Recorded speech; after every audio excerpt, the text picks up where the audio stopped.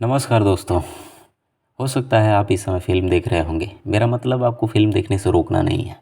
और हाँ, पिछले दिनों आपने सुना होगा कि एक फ़िल्म के जो गाना था वो रिलीज़ हुआ। अरे हाँ, ठीक सोच रहे हैं आप। तो उसी फ़िल्म के गाने की बात कर रहा हूँ, जिसका बड़े पैमाने पर आजकल विरोध देखने को मिला है। और इससे पूर्व भी बहुत सारी ऐसी फ़िल्में रही होंगी जिसका विरोध बड़े पैमाने पर आपको देखने को मिला होगा। ये विरोध कितना सही है या कितना गलत है, आपसे अगर कोई पूछता है तो आप सही निर्णय कैसे ले पाएँगे? मैं उसी उद्देश्य से बात करने आया हूँ कि आप एक सही निर्णय कैसे ले पाएँगे। किसी विषय में आपका जानकारी अगर बेहतर होता है तो ज़ाहिर-सी बात है कि आप सही निर्णय की दिशा तय कर पाते हैं और सही निर्णय ले पाते हैं। और एक सीनियर सिटीज़न होने के नाते या फिर एक एस्पायरेंट होने के नाते या फिर आपको एक विद्यार्थी होने के नाते या फिर एक आम आदमी होने के नाते आपका ये ज़रूरी होता है कि अपने देश में जो चल रहा है उसके बारे में आपके पास जानकारी हो और ये आपके बेहतर व्यक्तित्व का ये प्रतीक है। तो बात करने वाले हैं कि कोई भी फ़िल्म आप देख रहे हैं तो वो फ़िल्म आप तक पहुंचता कैसे है और फ़िल्मों के विरोध क्यों किए जाते हैं और कितना सही और कितना गलत है। आपने सीबीएफसी का नाम सुना होगा, यानी कि सीबीएफसी का मतलब होता है central board of film certification, यानी केंद्रीय फिल्म प्रमाणन बोर्ड। केंद्रीय फिल्म प्रमाणन बोर्ड क्या है? इसे आमतौर पर सेंसर बोर्ड के नाम से भी जाना जाता है। सेंसर बोर्ड क्या करता है कि जो भी भारत में फ़िल्म बनाए जाते हैं उस फ़िल्म को अधिकृत करता है, यानी कि सर्टिफिकेट दे देता है कि आप थिएटर तक इस फ़िल्म को पहुंचा सकते हैं, आप थिएटर में लगा सकते हैं। और किसी भी फ़िल्म मेकर का यही मतलब उम्मीद होता है कि हमारा फ़िल्म अच्छा से चले और हम उससे अधिक उगाही कर सकें, कमाई कर सकें।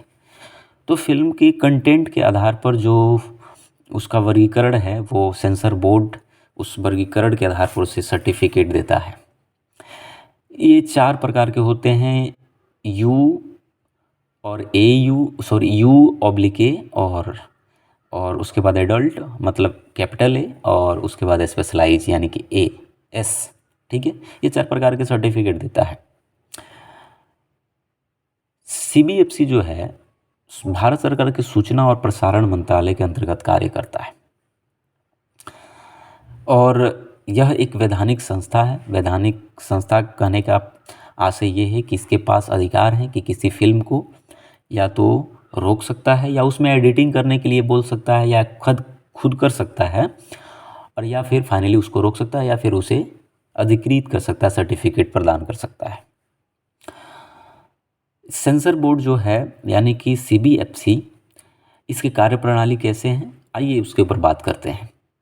सबसे पहले हम बात करते हैं कि फ़िल्म पास होने में समय कितना लग जाता है। कोई भी फ़िल्म अगर पास होने के एस्पेक्ट से आवेदन दिए जाते हैं तो आवेदन की प्रक्रिया लगभग 7 माने आवेदन की प्रक्रिया में 7 दिनों तक विचार चलते हैं और 7 दिनों के विचार के बाद कुछ कमेटी बनाए गए हैं, उस कमेटियों के पास जाता है और वो कमेटी अपनी विचार करती है और फिर फाइनली अध्यक्ष के पास जाता है जो सेंसर बोर्ड के अध्यक्ष होते हैं और वहाँ से सर्टिफिकेशन का प्रक्रिया शुरू किया जाता है और अंत में उसे अधिकृत या अनधिकृत कर दिया जाता है। तो हम बात करते हैं कि इसमें कौन कौन सी समिति होती है और किस किस तरीके से कार्य करती है।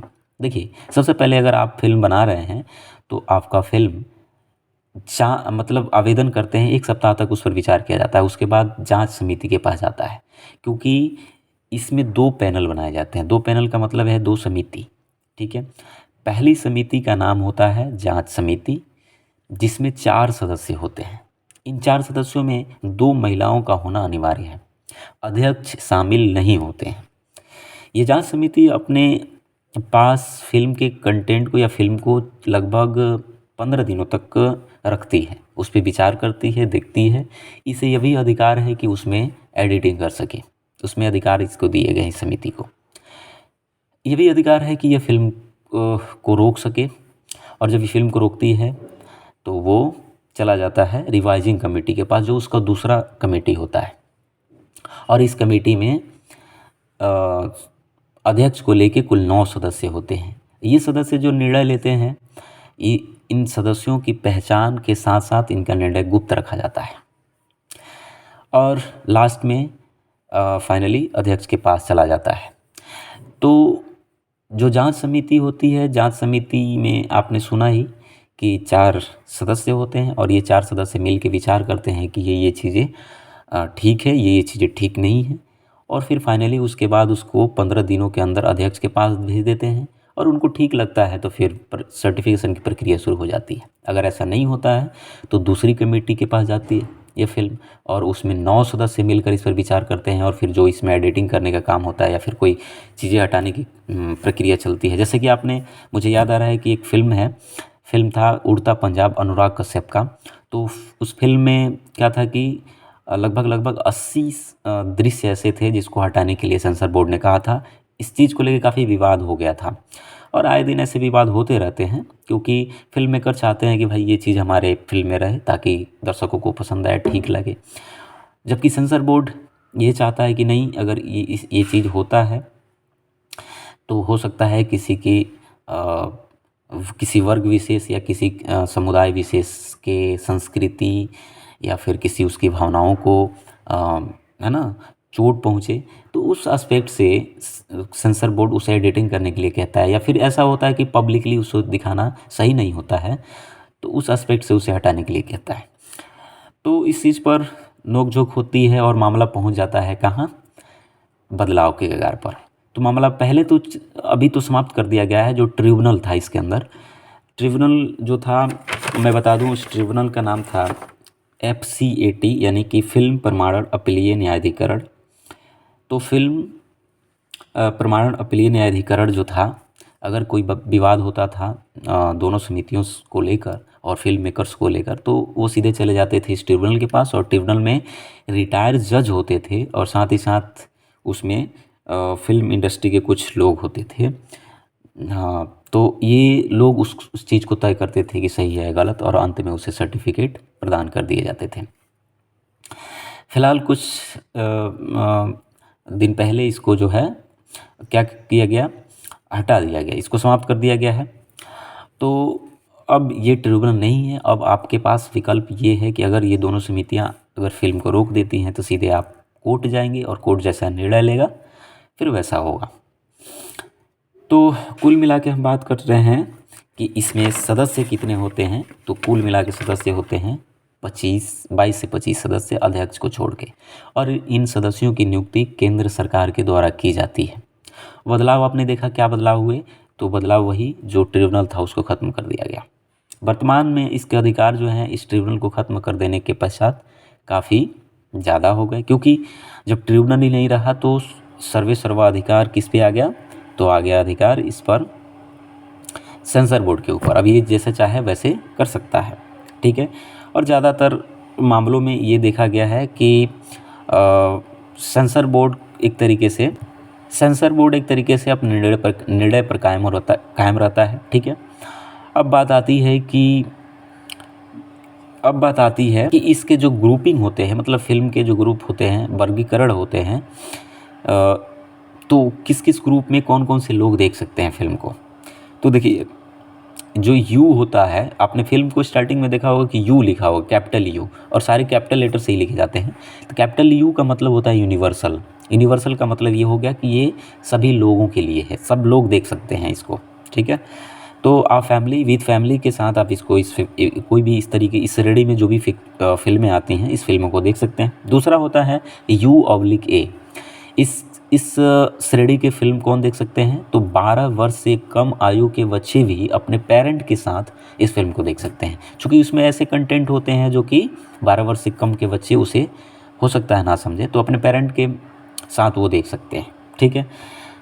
तो अगला जो उसका श्रेणी होता है वो होता है A, कैपिटल A। इसको एडल्ट फिल्म बोला जाता है। एडल्ट फिल्म क्या होती है कि वो सिर्फ़ और सिर्फ वयस्क देख सकते हैं, यानी कि जो वयस्क हो चुका है वही देख सकता है, बच्चे को देखना अलाउ नहीं होता है।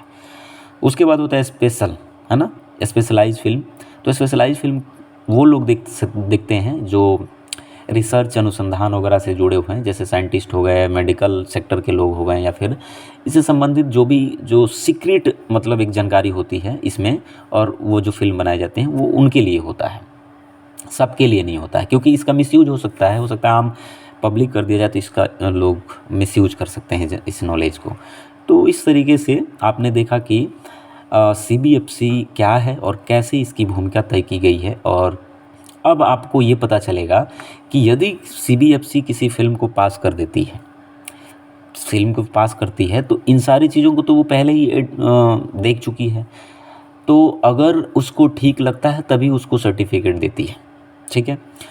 और जब सर्टिफिकेट प्रदान कर देती है तो अधिकतर चांसेस यही होता है कि वो सही होगा, ठीक है। तो अधिकतर मैं मान रहा हूँ, हो सकता है कि कुछ मामले में गलत भी हो, तो चांसेस यही होता है कि वो सही होगा, फिर तभी जाके उसे सर्टिफिकेट प्रदान किया गया है। अब आप ये इस निष्कर्ष की ओर पहुँच पाए होंगे कि हमारा जो एस्पेक्ट है, हम किसी फिल्म को लेकर कैसे निर्णय ले सकते हैं कि ये सही है या गलत, ठीक है।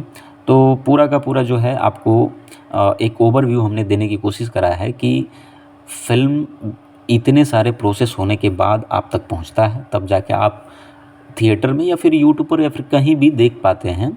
तो ये सारी प्रोसेस, अगर सारा क्राइटेरिया पूरा नहीं होता है तो फिल्म को रोक दिया जाता है, ठीक है।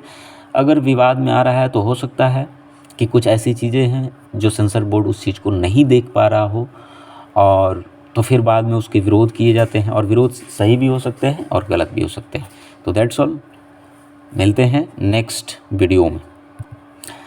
और हाँ, मैं एक चीज़ ऐड कर दूं इसमें कि आप इस चीज़ को बेहतर चीज़ लगा होगा तो इसको आप ज़रूर शेयर करें, और अधिक से अधिक लोगों को तो ये शेयर करें ताकि एक